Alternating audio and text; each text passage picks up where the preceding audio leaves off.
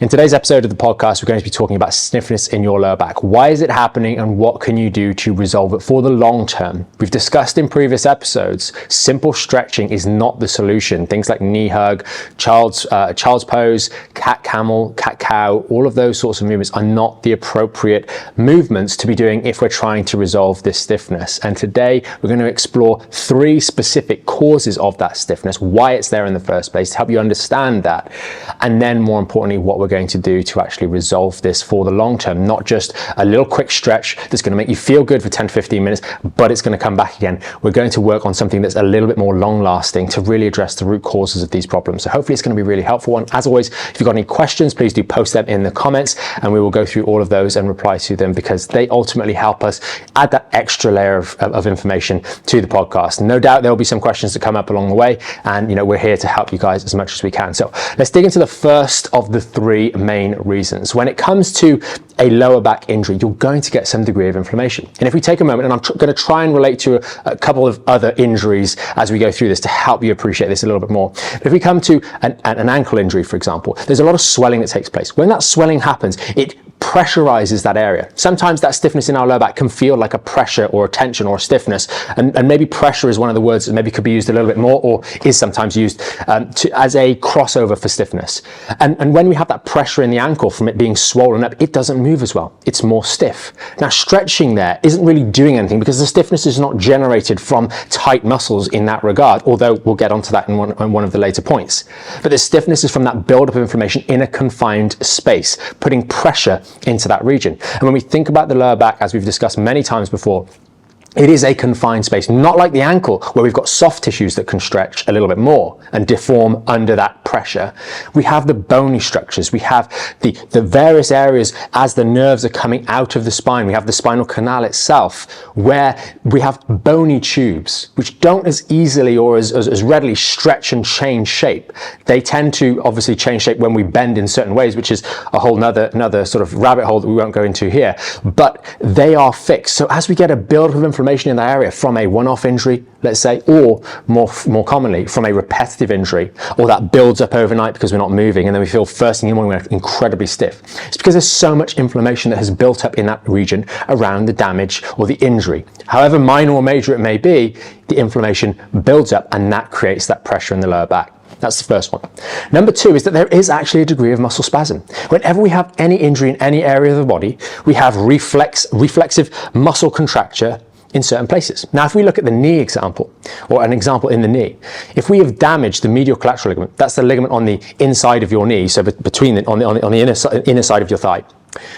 As it's running down to support the inside of the knee, we also have some muscles that run over that sort of region that provides similar sort of, but dynamic, stability to that internal side of the knee, or the inside of the knee, as opposed to inside the knee joint itself, which would be the cruciate ligaments. When we injure that particular ligament, it's obviously going to be damaged. It's not working as well as it should be. But then we can get some muscle spasm, maybe if the muscles on the inside of the thigh, that are going to support the role that ligament would ordinarily be taking, and therefore it can plausibly be considered to be perhaps helpful. In the case of the lower back, so often we have an issue with compression affecting, or being the leading factor, if you will, in the beginnings of that lower back injury. And therefore, as the muscles contract, they compress down on the joint. And that in of itself makes the issue worse. So we've got the stiffness from the muscle spasm, which is often, and as we've mentioned in many other podcasts before, that muscle spasm is often that misdiagnosis. Oh, your back is painful because you have muscle spasm. No, the muscle spasm is there reacting to an injury, let's just say an L5-S1 disc bulge or disc strain that may well be more minor or more major. And the muscle spasm is making the whole thing worse. So it is a problem, but it is not the problem. But the muscle spasm understandably will make things stiff. If you have your nerve signals that are kind of hijacking in this reflex manner, your conscious control of an area, sending this sort of involuntary stiffness to the muscles, you're going to feel that it is stiff because there's constantly these signals going to those muscles saying, tighten up, protect me, protect me. The problem is, as I mentioned in the lower back, that can make things worse because of the nature of lower back injuries compared to, say, other peripheral joint injuries like the knee, like the ankle, etc. The final one is going to, at least this stiffness sensation in our lower back, is probably the most common, and that is sitting in the office for extended periods.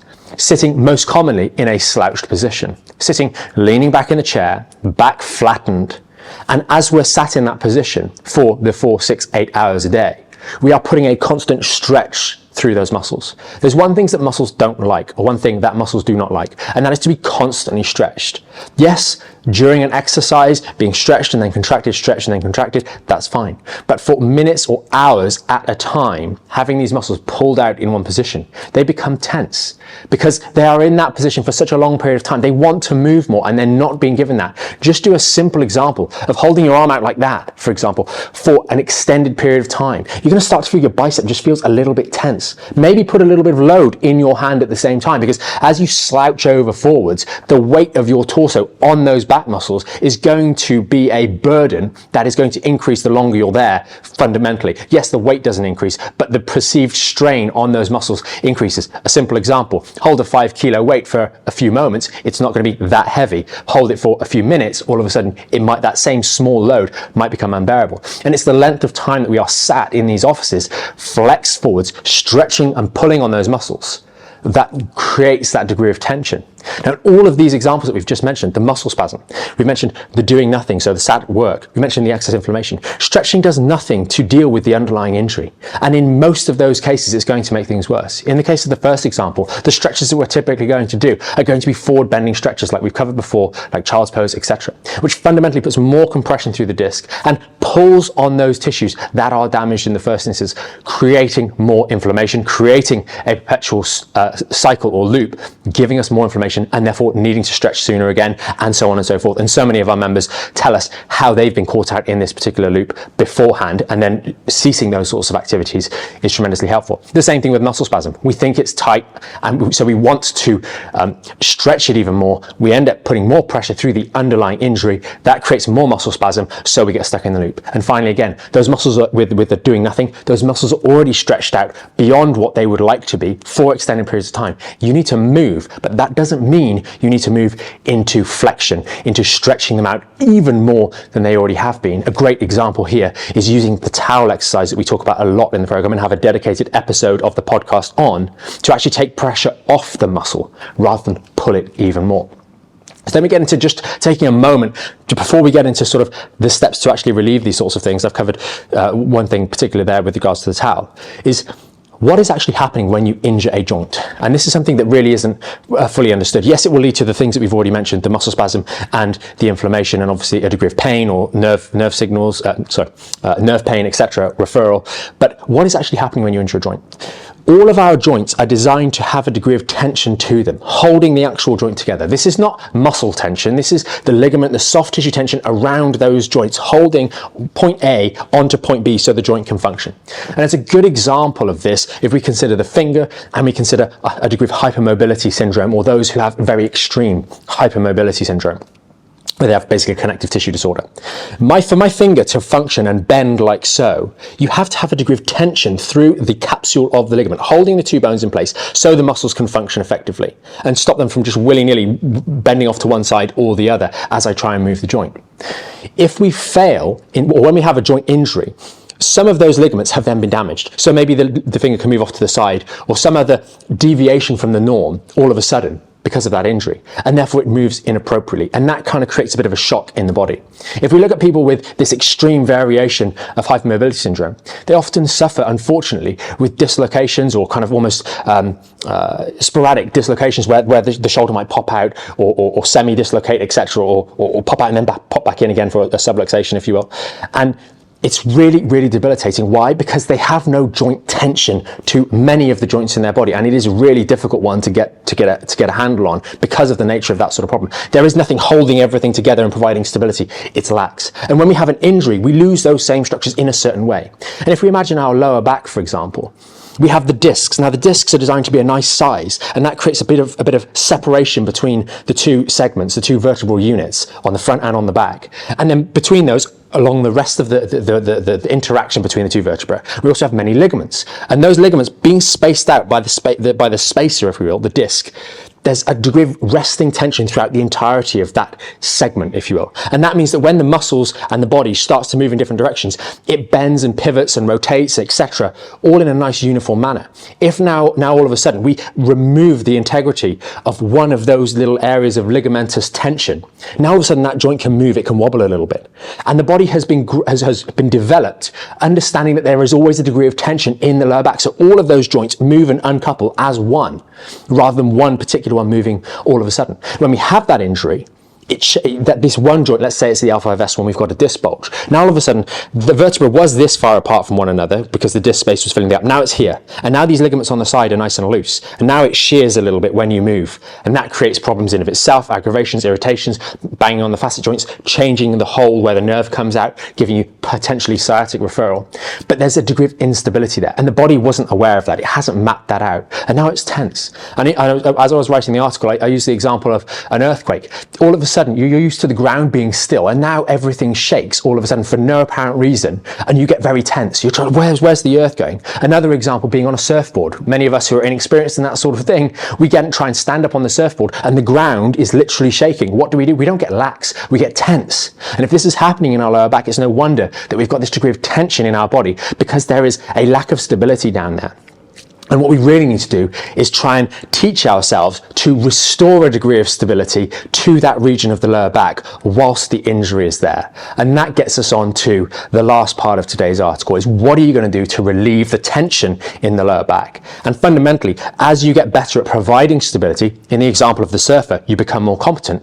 You start to become more relaxed. You start to become less tense everywhere else, because you can provide tension in the right areas so that all the other regions of your body can be nice and relaxed and nice and fluid. It does take a little period of becoming a little bit robotic, which is understandable. And too often people will be caught or be interviewed, be examined in the early stages of learning these skills of providing stability to the injured area to offset this stiffness and resolve this stiffness. And the practitioner or the physio, etc., might say, hey, look, you don't need to be so stiff. Well, of course you do. When you're learning a new skill, you are often a little bit more rigid, but with time you'll become more fluid and able to engage and support this section and support these vulnerable joints a little bit more. So what's the first thing we want to talk about? Well, it makes sense. A little bit of walking, for example, in terms of relieving the back stiffness within tolerable limits. This should not be walking for the sake of walking. It's walking short periods to provide a little bit of movement to the lower back in general to help prevent the buildup of excess inflammation. That might even be a few minutes around the house. It's not walking 20 minutes, 30 minutes, 40 minutes, an hour, or those sorts of things, and just pushing through the pain. That's not what we're doing here. Little bits of movement help. Quite often in years gone by with our clinic, we'd have patients, they might call up on the phone and say, hey, I can't make this appointment. I know I've booked a new patient consultation, but I'm so bad I can't get out of bed. And then you manage to get them to come into the clinic, and actually just the action of walking and getting out, because they've been stuck in the house not doing anything at all for fear of making things worse, and just the action of safely but carefully walking to the space to actually come to visit us, that would be enough to just limber them up a little bit, and they get into the office and like, oh, I'm actually feeling better, that walk did me some good. Because the little bits of controlled movement, not extreme bending like in the case of knee hugs and child's pose, but a little bit of walking can really, really help. Contrast bathing directly over the lower back to help manipulate the circulation in that lower lumbar region where the excess inflammation can also be a great tool, especially in those that have a degree of degenerative change in that lower back. The contrast bathing, the quick alternation of heat and ice, always finishing on ice, can be a really helpful tool. It's a little bit more intensive than just the icing that we usually recommend, but those two tools can help with that inflammation cause that we mentioned at the very start of today's podcast. Then we get into the nuts and bolts. What's the first thing we actually do when it comes to providing stability back to the lower back so that you can reduce the stiffness? That is learning core control. Too many people, unfortunately, when they start out, they go, oh, well, I've done Pilates, I've done yoga in the past, or I go to the gym, I know how to engage my core. But so many people don't. They don't know how to do it properly. They've learned incorrect patterns, such as in yoga and Pilates, learning to pelvic tuck the pelvis, flatten the back into the ground to engage your core. That is incorrect. That is not applicable to being an upright person in the real world. If you start tucking your pelvis backwards every time you want to engage your core, you're going to do that standing as well, and that's going to create problems. Not only that, if you are a healthy person, you're learning a pathological and unnecessary practice, you should learn to engage the core with just the core muscles without moving the spine, which I'll get onto in a second. But you're also, if you have a lower back injury, you're creating more vulnerability by doing that particular movement, loading onto the discs, flattening out the lordosis, and really exposing that one area that might still have that instability whilst it is injured, particularly at the L5-S1 region, is most vulnerable to this sort of thing happening, and the L4-5 to a lesser degree. So that's the one error. The second one is, you're a guy in the gym, lady in the gym too, and you're like, oh, I know how to engage my core, and you tense. And you just tense the six pack. You're straining really, rather than actually engaging the deep core muscles. So when the very first step that you need to address is learning to properly engage the core set muscles, particularly the region between the belly button and the pubic bone, because that's the region that's adjacent to the L4-5 and L5-S1 region, which is the source of most of your lower back injuries. It's going to be one of those two segments that is the primary area that gets injured, for reasons that I won't get into in today's episode, but we've got into in previous podcasts as well.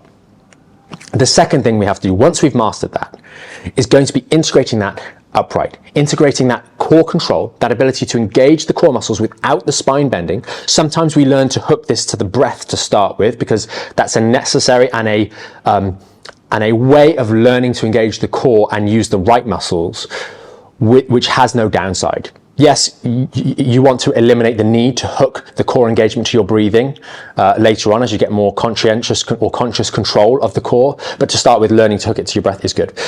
And then getting you upright and having that core control with hip movement. Because the more your hips can move and your back stays still, the more the hips can partake in the movement of life and delay or decrease the amount of lower back movement that needs to take place. This is going to have a protective function immediately on your lower back. Actions like getting into and out of a chair, getting off the toilet seat, getting into bed every evening or out of bed in the morning, all of those movements are going to be made better if you can control your core and have your hips do more of the work. Unfortunately, too many of us have a dereliction of duty when it comes to looking after our body in general, but our hips are very commonly going to be weak when we have lower back issues, and we cover this on a dedicated podcast as well. The sheer consistency with which someone has a long-standing lower back issue and they have hip issues at the same time, or and by hip issues, that could just mean a decreasing in appropriate levels of strength, competence, and flexibility and mobility in the hips. They are not able to move properly with those hips, and that creates vulnerabilities in the lower back itself as well as the knees and further on down.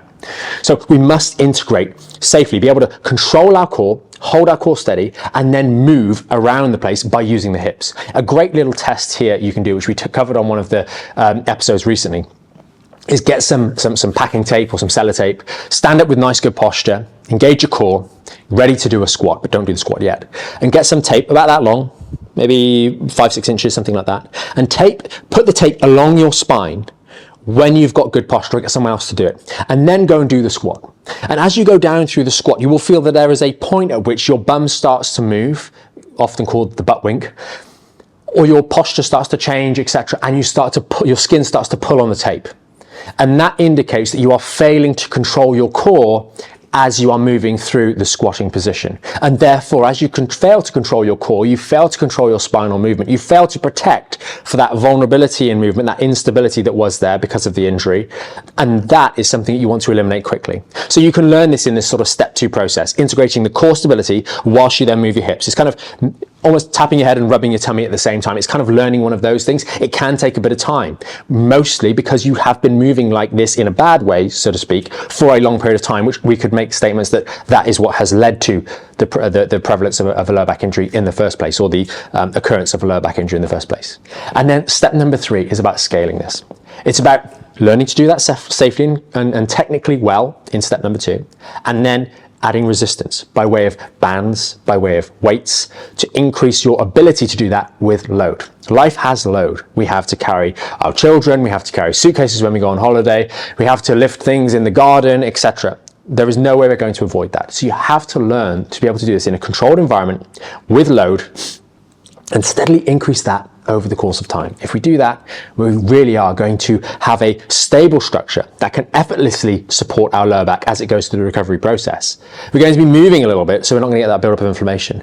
And the lower back is going to be healing, so the muscle spasm that was there is going to start to subside. the stiffness that was there is going to be there less frequently. We're going to be aggravating our lower back less on a day-to-day basis, so we're going to wake up in the morning with less stiffness. Our stiffness will start to become a thing of the past, and we will really be able to get back to doing the things we want to do. Now, the bonus tip here is, or bonus step, is the consistency. You have to commit to this for the long term. The main reason for this is that healing is one thing. The area calming down, the inflammation calming down, the structures being kind of normalized is one thing. But you have to reintegrate them to the strength of everything else.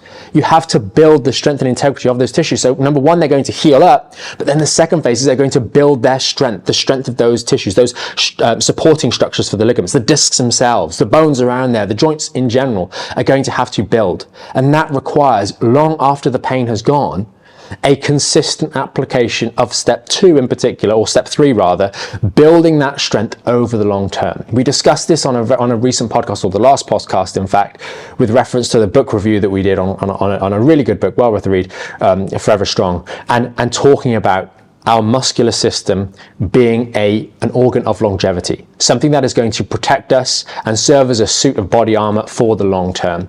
And building in this way, consistently building the muscular strength around the core region and the lower back region, as well as into the legs, is going to do us tremendous favors in decreasing our risk of re-injury in the lower back. Ultimately, we cannot eliminate the injury. We could slip down the stairs tomorrow, just a freak accident. We could get hit by a car. All sorts of things could happen to us. We can never eliminate the risk of us getting a back injury, no more than we could eliminate the risk of getting a cold, no more than we can eliminate the risk of any number of things happening to us. But what we can do by building resilience in our body, committing to doing these sorts of things for the long term, we can massively decrease the risk of them occurring to us. So that is having a relapse, having a re-injury.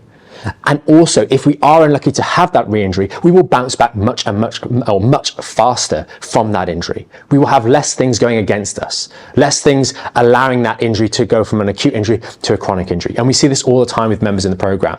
They get into the latter stage of the program and they might have some accident take place, or they do some particular thing and then the back flares up and they go, hey, you know, in months gone by, or when this used to happen, I'd be out for a month and now I'm back to doing my workouts within a week. Because my body is just a different person. I literally have changed because I have built the muscular system around my lower back. I've built the practices that keeps it safe and strong, and I'm able to rehabilitate very, very quickly because I have more muscle tissue. So hopefully, if you can follow those instructions to the letter, you will be able to eliminate that stiffness in your lower back. It's not a momentary instant fix like some of those stretches that you might do that gives you a 15-minute window of relief and then it's back again. It is something that works for the long term, but you've got to put the work in. Consistency matters, and the results come to those who are consistent. If you've got any questions from today's podcast, please do post them in the comments below. If you did find this one helpful or of interest, or you know someone else that's struggling with their back stiffness, consider sharing it with them, and we will see you next week on the next episode of the Back in Shape podcast. Thanks for watching.